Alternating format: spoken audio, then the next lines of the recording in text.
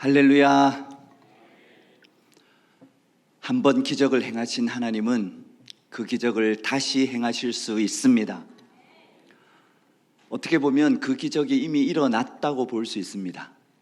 가장 분쟁적인 영역이었던 북한 선교, 제가 THM 논문을 쓰면서 한국 교회 역사, 북한 선교의 역사를 정리를 했는데, 한국 교회가 하나 되지 않고 분열되어 있는 게 더 큰 문제다 그랬었는데요.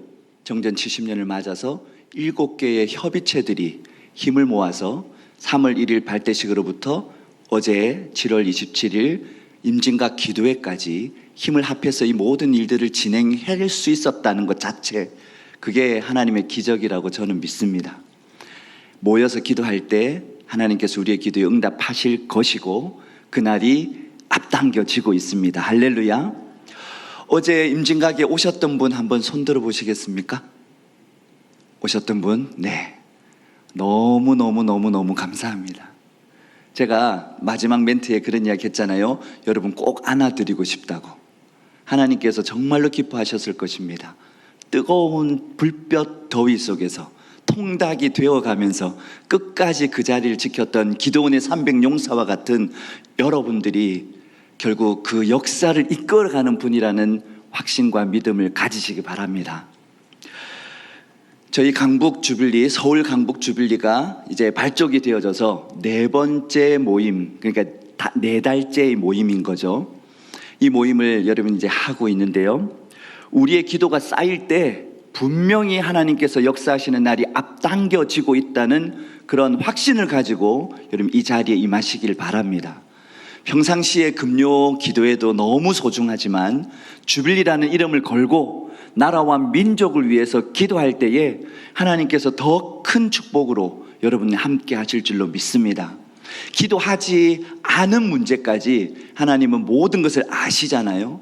내가 나라와 민족을 위해서 기도할 때 내 개인적인 문제는 풀어주시는 것을, 마음의 소원만 가지고 있어도 하나님이 아시고 미리 아시고 역사하시고 이루어 주시는 것을 저는 많이 경험해 오고 있습니다.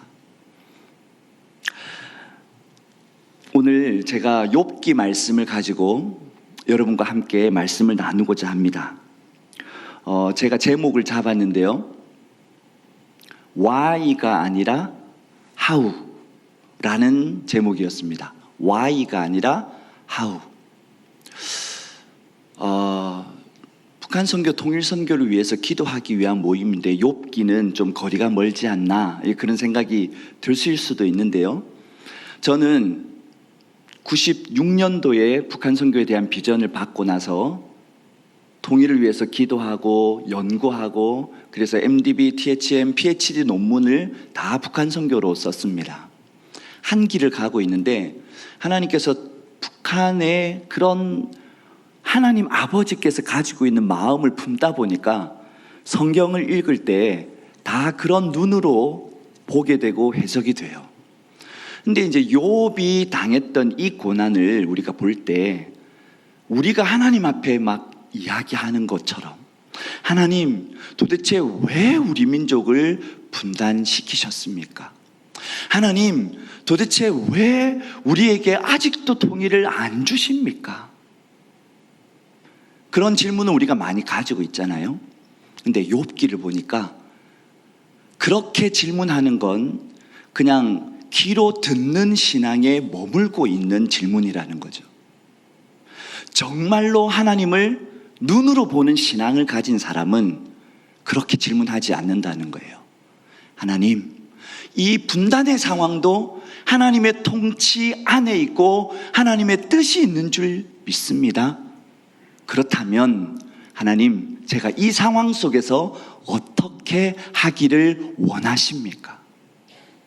우리의 질문이 why에서 how로 변화되어질 때 진정한 회복이 시작되어진다. 여러분, 이 믿음을 가지고 우리의 신앙이 하나님을 더 깊이 아는 신앙으로 들어가면 하나님께서 자연스럽게 이 민족의 문제까지 풀어주실 줄로 믿습니다. 여러분, 하나님 사랑하시죠? 하나님 너무 좋으시죠? 하나님의 뜻을 어떻게든 순종하고 따르기를 원하십니까? 그렇다면 이 자리에 잘 오신 거예요. 왜? 하나님은 저 북녘 땅에 대해서 정말 많은 관심을 가지고 계시고요, 특별히 우리 민족에 대해서 특별한 관심을 가지고 지금까지 이끌어 오고 계십니다. 제가 북한 선교를 연구하면서 그걸 너무너무 잘 느끼게 되었어요. 그래서 제가 아들이 둘이 있는데요, 첫 번째 아들이 2000년생이고 둘째 아들이 2002년생입니다. 이 두 아들에게 이름을 어떻게 줬었냐면, 첫째 아들은 한민이, 우리 한민족을 사랑하시는 하나님, 그 마음으로 한민이라고 졌고요, 둘째는 뭘로 졌을까요? 한민이니까 두민이. 우리 민족이 원래 하나의 민족이었고 다시 하나 될 때 주님 다시 오실 길을 예비하는 왕 같은 제사장의 민족, 세계 제1의 민족이 될 것이다, 일민이라고 이름을 지어줬어요. 여러분, 그런 믿음을 우리가 공유하게 되기를 간절히 소망합니다. 하나님을 사랑한다면 하나님의 마음이 머물러 있는 곳, 하나님의 눈물이 흐르고 있는 그곳에 우리의 눈물이, 우리의 마음이 자연스럽게 흘러가야 하는 것 아니겠습니까?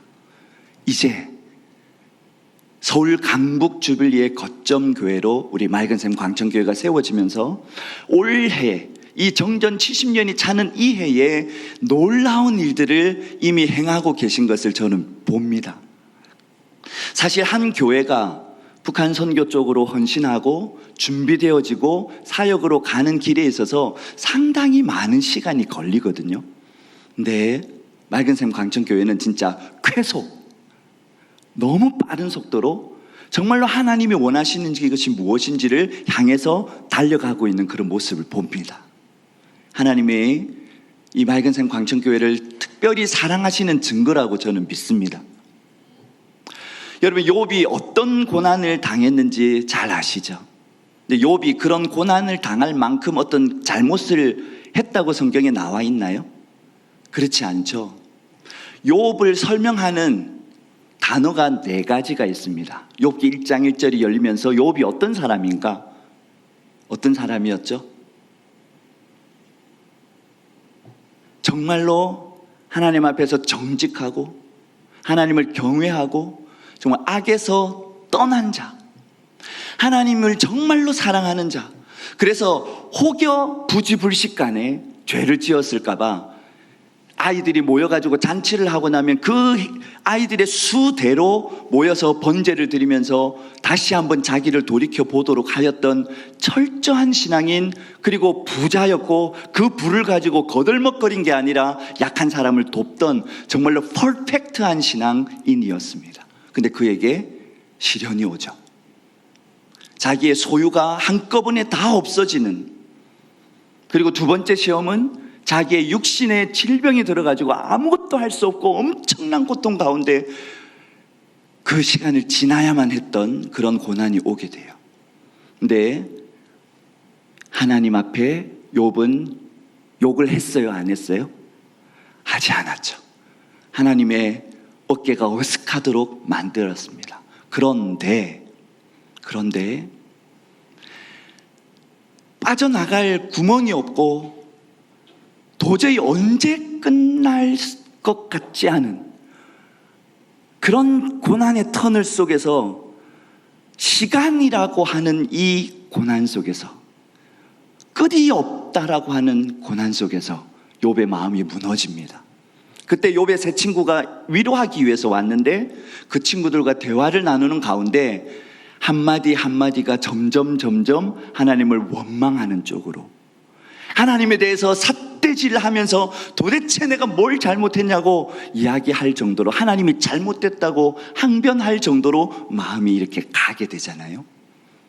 근데 하나님께서 욥기 38장에 등장하셔서 하셨던 말씀이 쭉 이어지는데 그 말씀을 압축하면 이 말입니다. 욥아, 내가 질문할 테니까 잘 듣고 대답해라.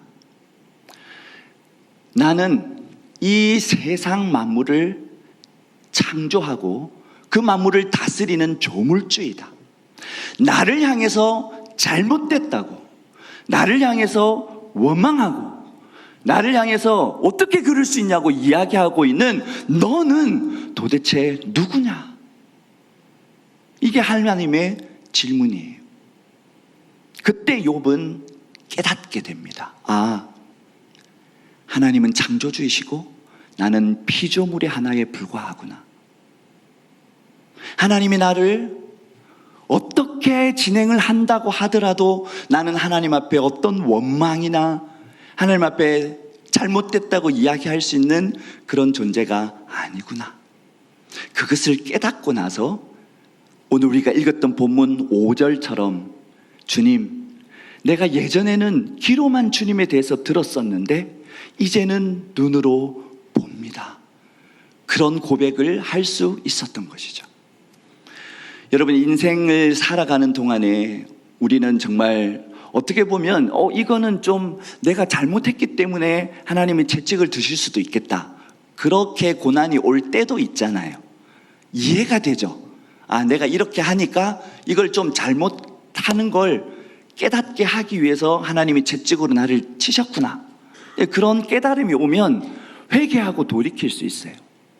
근데 아무리 생각해도 이거는 진짜 너무한데, 하나님이 진짜 나를 사랑하시고 하나님 살아계시면 이럴 수가 있나? 그런 하나님에 대한 어떤 섭섭한 마음, 원망의 마음, 이런 것들이 들 때가 분명히 있습니다. 근데 그때에, 그런 어떤 섭섭한 마음이 올 때에 주님, 제가 why라고 질문하지 않고 how로 질문하겠습니다. 그렇게 우리의 마음이 변화되어질 때 정말로 복음 통일을 이룰 수 있는 중보 기도자로서의 가장 중요한 그런 자격을 우리가 갖추는 거라고 저는 생각해요. 하나님은 언제나 선하십니다. 하나님은 언제나 오르십니다. 하나님은 변함없이 우리를 사랑하시고 우리에게 가장 좋은 것을 주시기를 기뻐하시는 분이십니다. 그런데 왜 우리 민족을 분단시키셨고 아직까지도 이 통일의 날을 주지 않으신 걸까요? 저는 그 질문에 대해서 우리가 받을 준비가 안 됐지 않았나 하는 생각을 가지고요, 또 한 가지는 우리의 기도의 분량이 차지 않았다, 그런 생각을 가집니다. 주님께서 분단을 주실 때 이 분단은 어떤 저풍력 땅이나 아니면 우리 민족이 1938년에 장로교 총회가 모여가지고 신사참배를 결의하고, 이것은 종교행위가 아니라 국민의례이기 때문에 우상숭배하는 것이 아니다라고 했던 그 결정에 대한 징벌로 이 분단이 왔다, 이렇게 해석하는 분들도 많이 계셔요. 그런데 저는 그 하나님의 신실하심을 비추어 볼 때에 그런 징벌이라기보다는 이 하나님이 내어주신 시험 문제를 잘 통과하고 나면 마지막 때에 예수 그리스도께서 다시 오실 것을 예비하는 진짜 하나님의 비밀 경기가 필요한데, 그렇게 준비하고 연단하기 위해서 우리에게 분단이라고 하는 시험 문제를 허락하셨다. 이게 함석헌 선생님이 뜻으로 본 한국 역사에서 이야기한 내용이거든요. 여러분, 우리가 이 분단이라고 하는 문제를 정치적인, 어떤 경제적인, 외교적인, 군사적인 어떤 문제로 풀어나가려고 하는 것이 아니라 하나님께서 이 문제의 주체이시고 하나님께서만이 이것을 풀어내실 수 있다, 그런 믿음을 우리가 가진다면 결국은 문제 해결은 기도로 되는 거예요. 하나님께서 우리 민족에게 분단을 주실 때 저는 그런 믿음을 갖습니다. 어떤 거냐면 분단을 극복해 달라고 하는 성도의 간절한 기도, 그 눈물의 기도, 그 눈물을 담을 수 있는 항아리를 처음부터 준비하셨다. 그래서 그 눈물의 항아리가 아기까지 찰 때, 그 때에 하나님이 복음적 평화 통일을 선물로 주시기로 이미 작정하셨다. 근데 그 기도 눈물 항아리가 아직까지 채워지지 않은 거죠. 분단 때부터 지금까지 우리의 믿음의 선조들이 얼마나 많이 북한을 위해서, 통일을 위해서 기도해 왔습니까? 그게 다 땅에 떨어지거나 없어졌을까요? 아니요. 그 기도 눈물 항아리를 저 밑에 바닥에서부터 찰랑찰랑 채워오고 있는 것이고, 제일 마지막 아기까지 찰 때 하나님의 역사를 지금 일으키시려고 기다리고 계신다. 그러니까 지금 여러분들이 이 자리에 모여서 우리가 기도하고 있는 것이 그날을 앞당기는 매우 매우 중요한 일을 하는 그런 우리들이라는 사실을 여러분 꼭 기억하시기 바랍니다. 기도하는 것, 이것이 하나님을 정말로 욥이 고백하였던 것처럼 눈으로 하나님을 보는 사람은 하나님만이 해답이시라고 하는 것을 알게 되고, 하나님이 우리의 산성이시고 우리의 보호자시고 우리를 지키고 계신 분이기 때문에 어떠한 두려움도 없이 하나님 앞에서 우리에게 평화통일을 주실 하나님을 의지하면서 기도할 수 있는 거예요. 세상의 논리와 이념의 대결을 뛰어넘을 수 있는 능력이 우리 그리스도인들에게는 있는 것입니다. 그 역할을 우리가 감당할 때 좌우로 또 빈부의 격차로 성별로 나누어져 있는 이 대한민국을 다시 하나로 만들어낼 수 있는 화목케 하는 직분, 그걸 우리가 받고 있다는 거예요. 그것을 행하는 그리스도인이 많아지면 많아질수록 그날은 앞당겨지게 될 것입니다. 근데 욥을 봤을 때요, 욥이 처음에 정말로 회개하고 하나님을 더 깊이 알았을 때에 회복의 시작이 되어져요. 그리고 욥이 했던 두 번째 굉장히 중요한 포인트가 있는데, 그게 뭐냐면 지금 욥이 새 친구들과 엄청난 논쟁을 했잖아요. 그 논쟁을 하면서 마치 원수처럼 멀어져 있던 그 새 친구를 위해서 하나님께서 기도하라고 했어요. 그 새 친구들을 향해서 너 욥에게 가서 기도를 받아라. 그리고 아까 우리가 읽었던 본문 말씀을 보면 욥이 새 친구들을 위해서 기도할 때 욥의 회복이 시작됩니다. 여러분, 우리가 북녘 땅을 향해서, 물론 북한은요 너무나도 잘못한 것들이 많아요. 한국 전쟁을 일으켜가지고 너무 많은 사상자를 내었고요, 그리고 지금도 그 땅에서 마치 백성들을 노예처럼 아무것도 모르게 다 폐쇄해놓고 노예처럼 부리고 몇몇 사람들만 배불리는 정말로 악한 체제가 북한 체제입니다. 우리가 그걸 모르는 게 아니에요. 그런데 하나님께서는 우리에게 뭐라고 이야기하시냐면, 너 대한민국아, 너희가 북한보다 의롭냐? 내 입장에서 봤을 때, 내 눈으로 봤을 때 과연 북한보다 대한민국의 죄가 가벼우냐? 주님이 물으시는 거예요. 너희에게 북한을 향해서 용서할 수 있는 마음을 가지고 그들을 품어낼 수 있는 기도를 해야 회복이 시작될 것이다. 이게 욥기에서 하나님께서 우리에게 주시는 메시지예요. 원수를 사랑하는 것 결코 쉽지 않습니다. 우리 인성이 있기 때문에. 사람의 본성은 뭐죠? 자기중심성이에요. 자기중심성이 죄의 가장 큰 힘이에요. 그렇기 때문에 인간의 죄가 처음에 들어올 때 네가 하나님이야, 네가 하나님이 될 수 있어, 그런 유혹에 빠져가지고 하나님께서 결탄코 먹지 말라고, 그걸 먹는 날에는 너가 정령 죽으리라 했던 그 선악과를 하와가 먹고 아담도 먹게 되는 거잖아요. 그 자기 중심성으로 북한을 보면 북한은 때려 죽일 놈들이고 우리는 의로운 분으로 그렇게 보여지는 거거든요.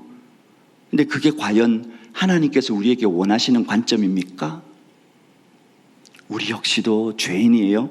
그런데 우리는 용서받은 죄인이고요, 북한의 김정은을 비롯한 모든 사람들, 그 사람들은 용서받아야 할 죄인인 거예요. 그렇게 볼 수 있는 눈이 열려질 때, 우리는 원수를 사랑하라고 할 때 처음에 그냥 그 원수 같은 것들을 어떻게 사랑으로 바로 뛰어넘을 수가 있겠습니까? 그 중간 단계가 있어요. 그게 뭐냐면 긍휼히 여기는 마음을 받는 겁니다. 불쌍하게 여겨지면 그 다음에는 사랑으로 끌어안을 수 있어요.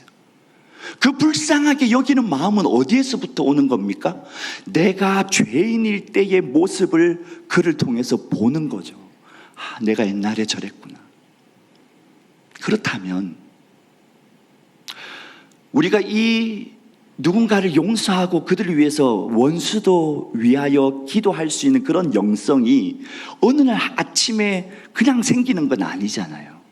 그렇기 때문에 우리의 평소의 삶 속에서 진짜 원수 같은 사람들을 긍휼히 여기고 그를 위해서 기도하는 연습을 해야 하는 거예요. 그래서 그 문제를 내 속에서 해결해 본 경험이 우리 가운데 있어야 하는 거예요.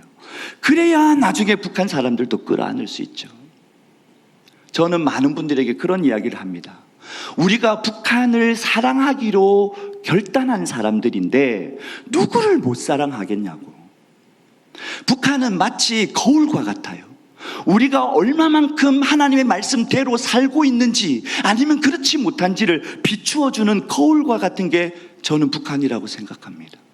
우리 대한민국 교회가 정말로 하나님 말씀대로 순종하고 행하고 있는가, 그렇지 못한가, 그걸 북한이라고 하는 대상을 놓고 보면 너무 분명하게 보여진다는 것이죠. 원수와 같은 북한이지만, 너무나도 악한 북한이지만, 그럼에도 불구하고 내 마음속에 하나님 아버지의 마음을 품고 용서받아야 할 죄인, 하나도 멸망당하지 않고 구원받기를 원하시는 그 아버지의 간절한 마음으로 북한을 바라보고 그들을 위해서 기도할 수 있는 그런 마음이 우리 가운데 들어올 때, 근데 그 마음이 한꺼번에 확 들어오는 게 아니라 내 주변에 내 남편부터, 내 아내부터, 내 부모님, 내 자녀들, 내 이웃들, 내 교회에 있는 구역 식구들 가운데 원수 같은 사람을 사랑하는 것으로부터 이게 시작되어져야 한다는 것이죠. 여러분, 사랑하실 준비를 우리가 해야 해요. 너무 어렵지만 하나님이 명령하신 거예요. 너는 피조물이고 나는 조물주다. 조물주인 하나님이 우리에게 그걸 요구하시는 거예요. 명령하시는 거예요. 우리는 그것에 대해서 그거 아니에요 라고 이야기할 아무런 자격이 없어요. 순종하려고 하면 하나님이 순종할 수 있는 힘을 부어주십니다. 우리의 마음이 하나님을 향해서 열려 있으면 하나님은 은혜를 부어주시는 거예요.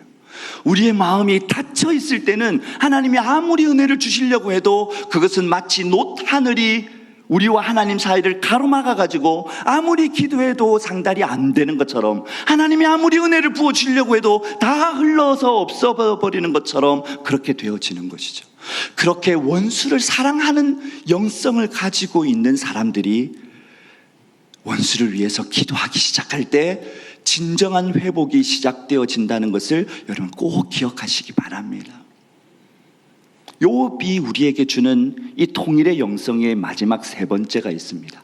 우리 10절과 11절을 좀 다시 같이 한번 읽어봤으면 좋겠는데요. 혹시 자막을 준비해 주실 수 있을까요? 10절과 11절 우리 같이 한번 읽어보도록 하겠습니다. 시작.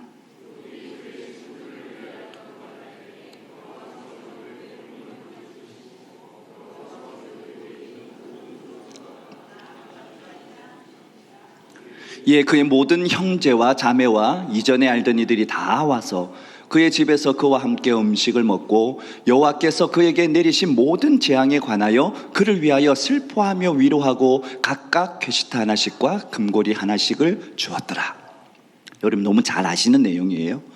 욥이 가지고 있었던 소유가 처음도 많았지만 하나님께서 욥의 이 시험을 통과하고 나서 욥이 귀로 듣는 하나님의 신앙에서 벗어나서 눈으로 보는 신앙을 가지고 원수 같았던 이 친구들을 위해서 기도하였을 때 회복이 시작되고, 그래서 예전에 있었던 것보다 갑절이나 하나님이 주셨다, 그 내용입니다. 여러분 믿으시죠 이거?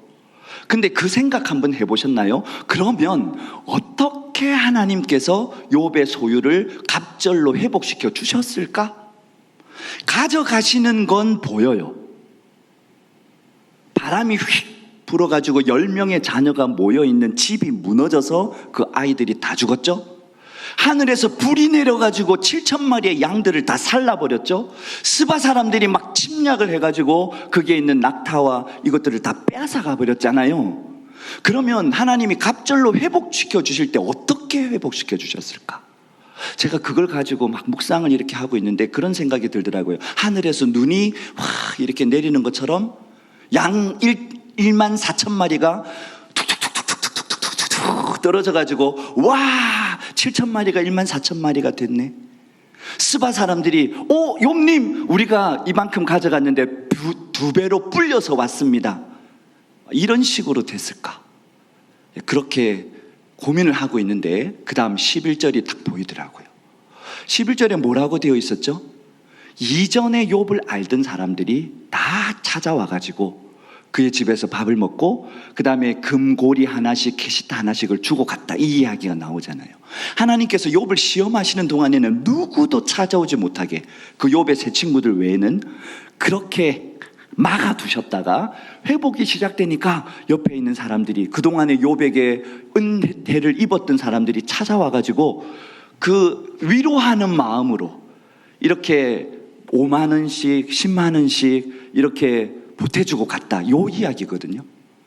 그러면 건강이 회복되어진 욥이 그것을 가지고 양 한 마리를 사고 또 낙타 한 마리를 사고 소 한 마리를 사고, 그래서 점점 하나님 앞에서 더 정직하게, 더 온전하게 하나님을 사랑하면서 더 이웃을 도우면서 그렇게 살았던 욥이 140살까지 살았는데 그때까지 일군 부가 갑절이라는 거예요. 그냥 한순간에 온 게 아니에요. 로또 맞은 게 아니에요. 여러분, 통일도 로또처럼 그냥 갑자기 대박처럼 오는 게 아니에요. 지금부터 조그만 것부터 성실하게 일상 가운데서 하나님의 뜻을 이루며 살아갈 때 결국 그것의 열매로 오는 게 통일이잖아요. 내 이웃을 정말로 사랑하고 더불어서 화해케 하는 사명을 가지고 화해목하는 사람으로 우리가 살아가는 그런 과정 속에서 세상의 어떤 힘, 세상의 힘은 뭡니까? 정치적인 힘이고 외교적인 힘이고 군사적인 힘이고 경제적인 힘, 이걸 의지해 가지고 하는 게 아니라 내 삶이 하나님이 받으실 만한 그런 삶이 되면 우리의 기도를 하나님 들으신다, 그런 마음을 가지고 나아가는 사람들의 모임, 이 거룩한 무리들이 힘이 생길 때 하나님께서 점점 이 땅에 분쟁이 아니라 평화를, 갈 수 없는 땅이 아니라 우리 다음 세대들 중고등부 학생들이 수련회로 북한을 갈 수 있는, 수학여행으로 금강산이나 묘양산이나 백두산을 장백산으로 가는 게 아니라 진짜 백두산을 갈 수 있는 그런 길들을 하나님이 열어주실 때, 그 길들을 통해서 진짜 평화, 진짜 복음이 능력 있게 북한 땅 가운데로 들어가는 그런 길들을 하나님이 여신다라고 하는 거예요. 우리의 기도가 쌓여가고 우리의 영성이 평화 영성으로 준비되어지면 준비되어질수록 그날이 앞당겨지고 그 문들이 조금씩 열려질 것입니다. 근데 저는 이 본문을 읽으면서 그런 생각이 들었어요. 욥이 모든 소유도 회복되어졌지만 그 소유 중에 뭐가 포함되어 있었어요? 자녀들, 아들 7에 딸 3, 자녀들도 포함되어 있었잖아요. 그러면 이 자녀들은 도대체 누가 낳아줬을까? 욥기 2장에 보면 욥의 아내가 나와요. 근데 욥의 아내는 좋은 아내입니까? 아니면 진짜 아주 악처입니까? 악처라고 여러분 알고 계시죠? 근데요, 욥의 아내가 뭐라고 그랬는지 제가 다시 설명을 해드릴게요. 욥의 아내는 욥을 정말로 사랑했어요. 존경했어요. 근데 하루아침에 자기 자녀들이 다 없어져 버리고요, 소유가 다 없어졌는데 어느 날 남편마저도 아프기 시작하는데, 이 아픈 게 그냥 아픈 게 아니라 온몸에 악창이 나가지고 방 안으로 들어갈 수도 없고 마당에서 그냥 기왓장으로 계속 긁어야 되는, 그러면서 너무너무 고통스러워하는 그 모습을 보고 있는 거예요. 욥은 아무도 없습니다. 다 떨어져 나갔어요. 그러면 그 욥을 누가 먹여 살려요? 욥의 아내의 고백이 셉투아진트라고 70인 역이라고요. 구약 성경을 헬라어로 번역한 성경이 있는데 거기에 조금 더 자세하게 나와요. 욥의 이 아내의 한 이야기가, 당신, 우리 자녀들은 이미 세상을 떠나가지고 내 마음이 너무 아파요. 우리 재물 하나도 없어져가지고 제가 집집마다 다니면서 일을 해주고 그걸 벌어와서 당신들을 먹이고 있습니다. 근데 당신이 이렇게 아파하고 고통스러워하는 모습을 제가 더 이상 볼 수가 없어요. 그렇다고 자살할 수는 없고, 생명의 주인은 하나님이시니까 스스로 목숨을 끊을 수 없고, 이 고통을 끝낼 수 있는 단 한 가지 방법이 있는데 그게 뭐예요? 하나님을 욕하는 거예요. 그렇게라도 이 고통이 멈추어지는 게 더 좋겠습니다. 욥의 아내가 했던, 그래도 당신이 순전함을 지키느냐, 하나님을 욕하고 죽으라, 이게 지금 우리가 읽는 성경인데 그 내용 속에는 이런 깊은 사연이 숨겨져 있는 거예요. 그러면 욥이 그 긴 세월, 끝이 없는 그 고통을 지나가는 동안에 누가 먹여 살렸어요? 욥의 아내가. 그러면 그 자녀들은 누가 낳아줬어요? 당연히 욥의 아내가 다시 낳아줬죠. 7명의 아들에 대해서는 이야기가 안 나오는데 이 3명의 딸들에 대해서는 이름까지 다 거명을 하면서 너무너무 이뻤다. 그리고 아버지가 그에게도 재산을 떼줬다. 그런 이야기가 나옵니다.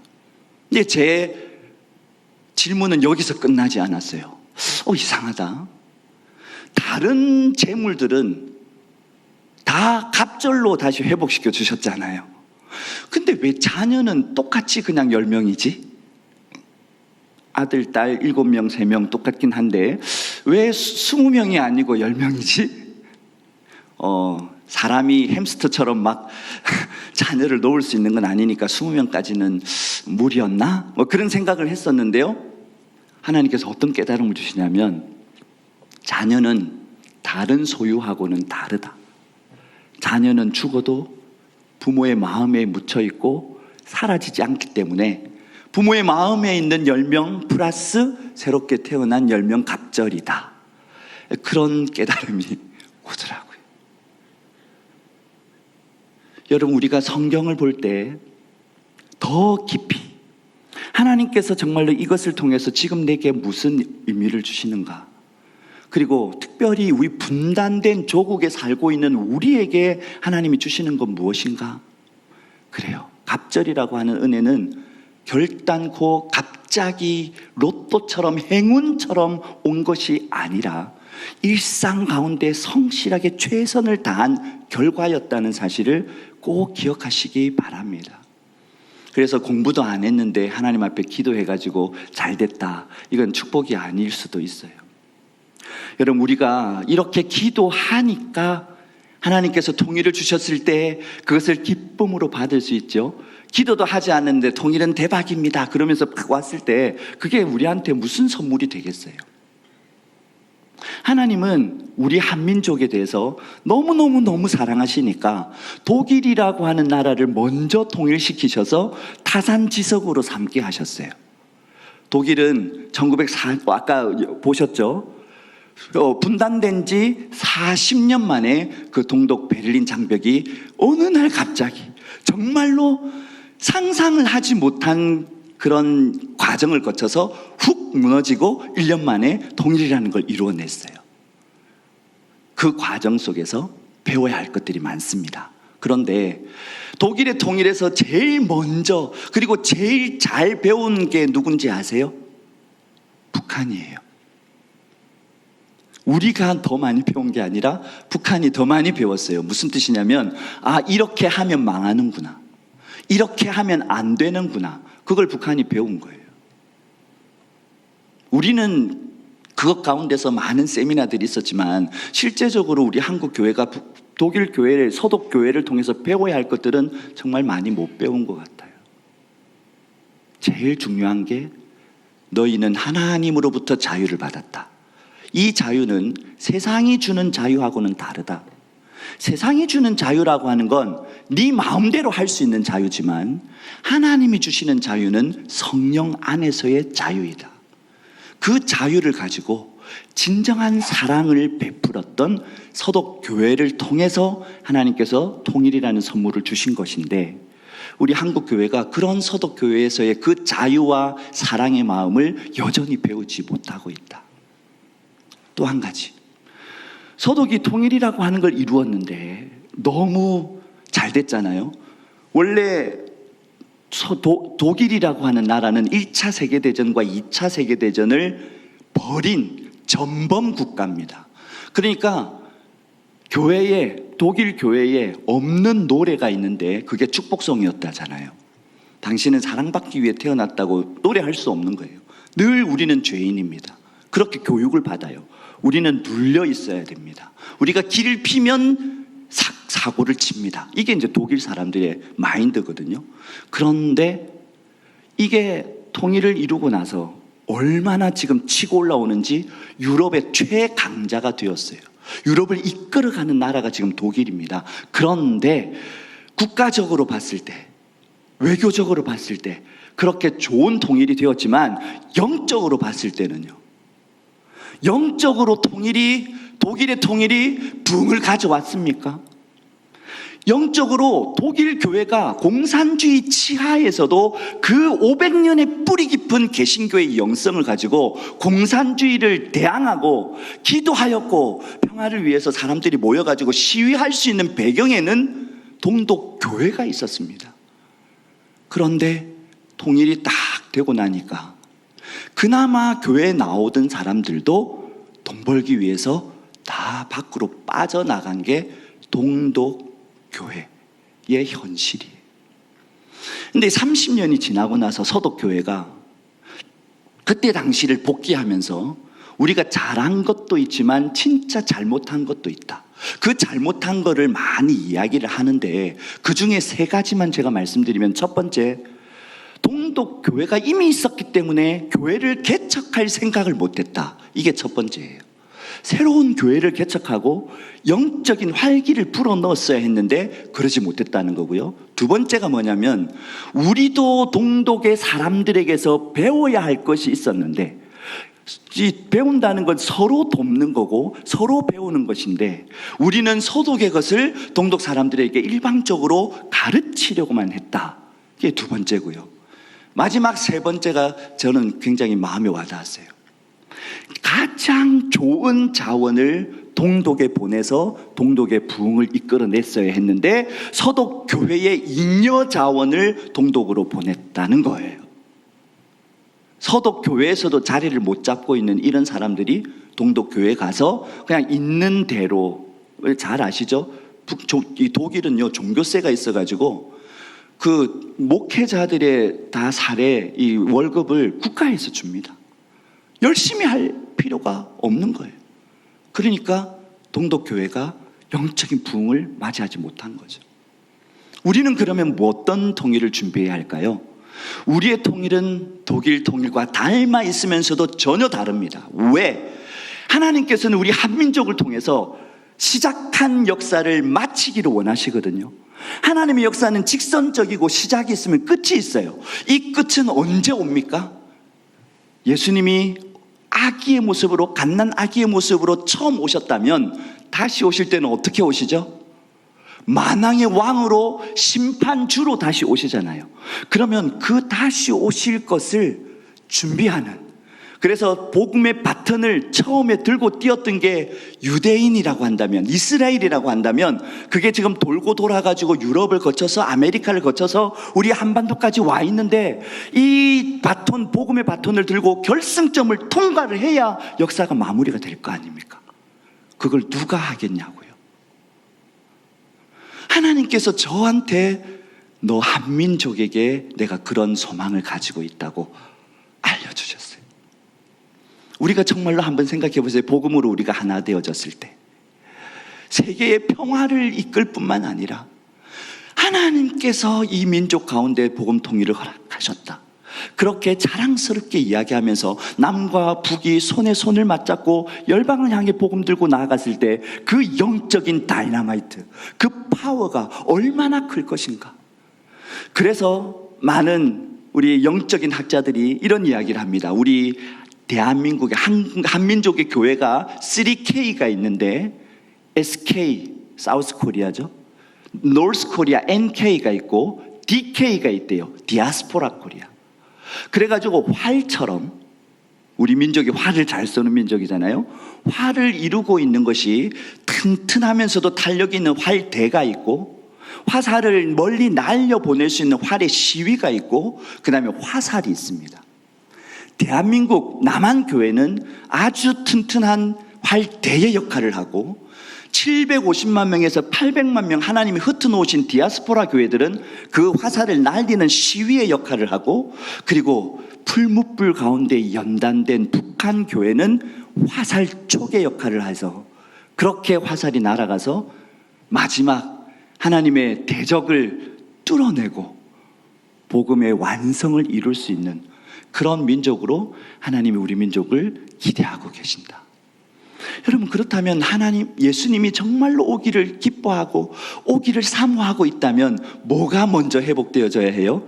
북한이 회복되어져야 하는 거예요. 그래서 우리는 이곳에 모여서 기도합니다. 우리의 기도가 그날을 앞당길 것이다 라고 하는 믿음을 가지고 언제나 오르시고 언제나 선하신 하나님의 그 신실하심을 붙들고 우리가 기도할 때 그 기쁨의 날이 반드시 오게 될 줄로 믿습니다. 오늘 욥기를 통해서 하나님께서 우리에게 이 분단된 조국에 살고 있는 우리에게 이 현실 가운데 가져야 할 생각들을 함께 나누었습니다. 이 말씀 붙들고 우리가 기도하며 주님 앞에 나아갔으면 좋겠는데요. 우리 한번 눈을 감고 오늘 말씀을 한번 되새겨 봤으면 좋겠습니다.